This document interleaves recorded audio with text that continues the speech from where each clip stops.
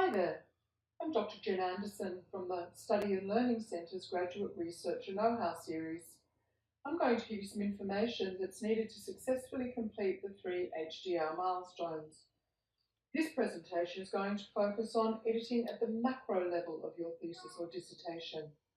You might think that you should worry about editing when you're submitting the thesis, but by understanding the key elements of editing, you can edit as you go and have a much cleaner document to present to proofreaders at the end, saving you money, but also honing your writing and stylistic skills so that you can more easily get your journal articles published. Editing makes the very best of your writing. There are 4 video workshops on this topic. This first one gives you general editing tips and explains the hierarchy of the editing process before focusing on the macro level of the thesis document.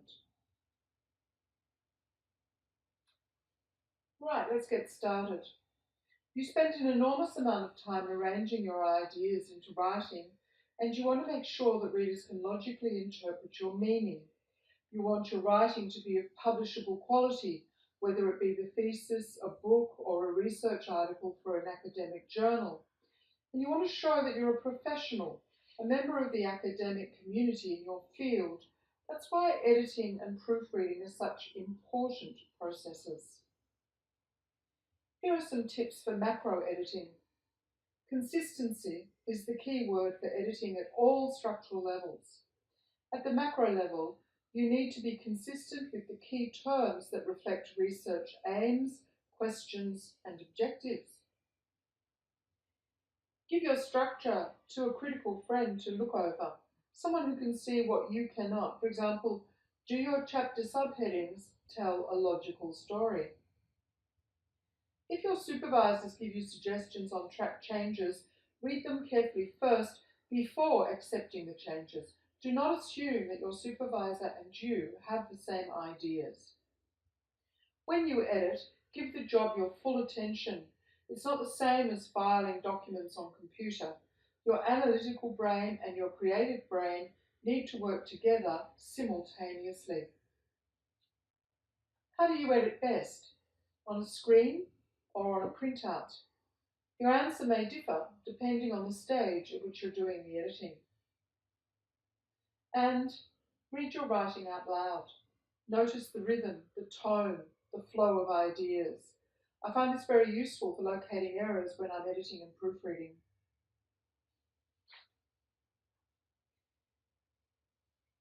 This is the idealized version of how to edit. You first attend to the thesis chapter structure, indicated in the headings and subheadings in the contents page. Then you edit chapter sections, checking for the logical flow between the subheadings. And next you edit paragraphs section by section. After that, edit the sentences in the paragraphs. And then in the next round, read the text to edit for style. And in the final round, read the text again and proofread it. This sequential process is sure to pick up on most of the errors or mistakes, especially if you follow our top editing tips. In reality, however, most of us use a very different editing and proofreading process. We mix all of the stages up. While we write, different levels of text grab our attention and we edit as we go. We see a typo and we correct it. We see that a subheading doesn't match the following text, so we change either the subheading or the text. In the literature review, we notice that there's too much Nguyen said and Abramovich said, and so we change the paragraphs to include our own topic sentences. We do it over and over, iteratively, and this is how we grow our ideas and our textual coherence. It's not the professional editor's way, but it's the writer's way. Whichever way you do it, you should make sure there's an introduction, a body, and a conclusion at the macro level of the thesis, the middle level of the chapter or section, and the micro level of the sentences in their paragraphs. At the macrostructural level of the thesis or dissertation, the introduction tells us what the thesis will say. At the chapter or section level, the introduction will say what the chapter or section will be about, and at the paragraph level, the topic sentence will say what the paragraph will be about. At the body level, the overall thesis shows the details of the research in the chapters. In the chapters and sections, we see the details of the ideas as they are unpacked, and in the paragraph, we see the explanation, evidence, and examples in the supporting sentences. Conclusions also run through from the conclusion chapter of the thesis, conclusions to each chapter, and perhaps each section, and the concluding sentence in a paragraph. This symmetry of structure at three levels makes it possible for the reader to digest complex ideas. And following this pattern should make it easier for you to develop a coherent thesis. This key editing guideline should be kept on the wall near your desk. It's a question. Do these sentences, paragraphs, sections, and contents page address my research aims, my research questions, and my objectives? If they do not, then what changes do I need to make? One way of checking relevance is to do a matching exercise. Do the aims, research questions or problems, and research objectives specified in the introduction match the claims addressed in the other chapters of your thesis or dissertation, perhaps in the literature review chapter or the methodology, the findings, the discussion, and conclusion chapters?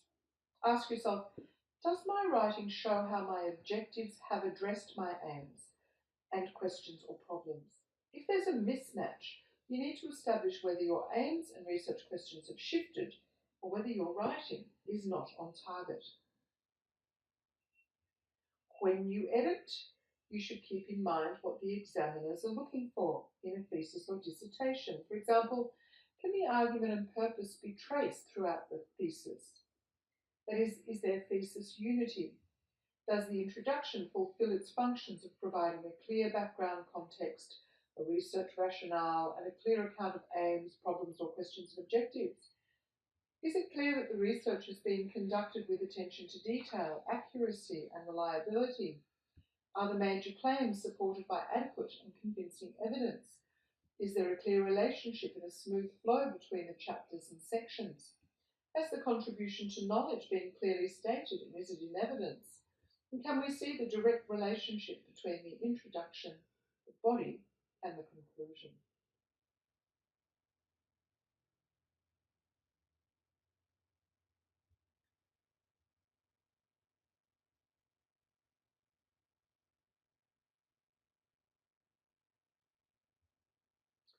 Now I'm going to talk about macro editing thesis chapter headings. You're looking to make sure that your chapters are telling a logical, cohesive story about your research.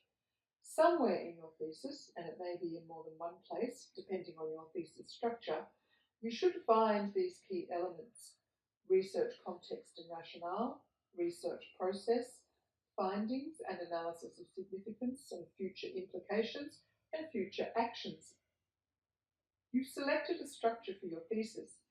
Does the structure tell the research story in a logical way? Are the elements combined in such a way that your story is clear? Here are some patterns of organisation that provide logic and clarity to your sections and subsections. Movement from general to more specific, which is a very, very common pattern, or sections that move from the more important to the less important, or the reverse. Your choice of direction from more to less important or from less to more important will depend on the structure of the subsequent section or chapter. You may organise sections according to themes or concepts, also a very common pattern. Or you may have sections that compare and contrast methods or approaches, for example. Maybe you'll have subsections that unpack a set of arguments that lead to a conclusion. Or perhaps the sections or subsections are sequential in organisation to detail a research procedure or method, or a historical chain of events. Start reading journal articles and theses and identify the organisational patterns of chapters, sections, and subsections. Here is Michelle Lind's systematic series of sections and subsections in her 5th chapter on board structures and the Australian share market's best practice recommendations.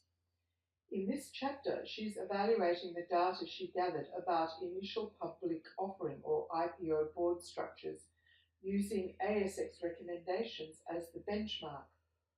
See how she uses a parallel structure for each section so that the reader is absolutely clear about what will be discussed. We see a set of features that characterise the board structure and the directors themselves. The research story in this chapter is very clear, don't you think?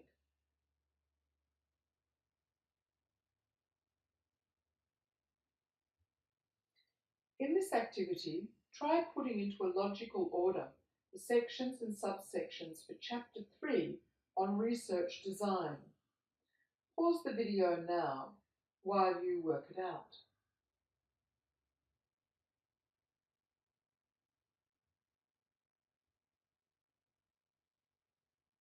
Did you get the same answer?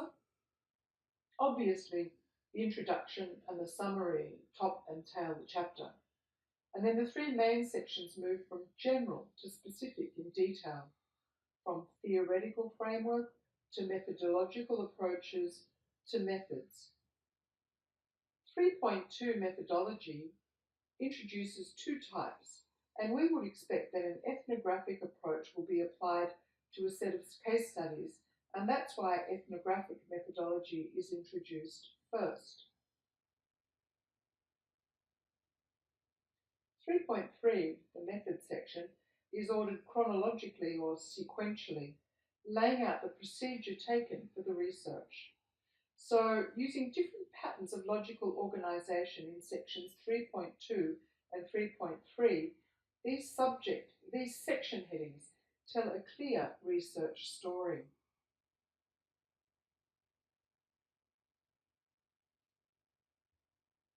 Your homework, should you choose to do it, is to read some theses or dissertations in your discipline area and analyse their macrostructures. Check out RMIT University's research repository in the library website. In summary, as you edit the macrostructure of your thesis, remember the mantra, what's my research story? Does the macrostructure of chapter, section and subsection headings tell that story? Graff and Birkenstein remind us that we do not necessarily need to be fancy with existing forms in order to make our work shine. What we need to do is to make the best use of those forms. Check out the next 3 workshops on editing at chapter and paragraph level and editing for style and proofreading. Cheers.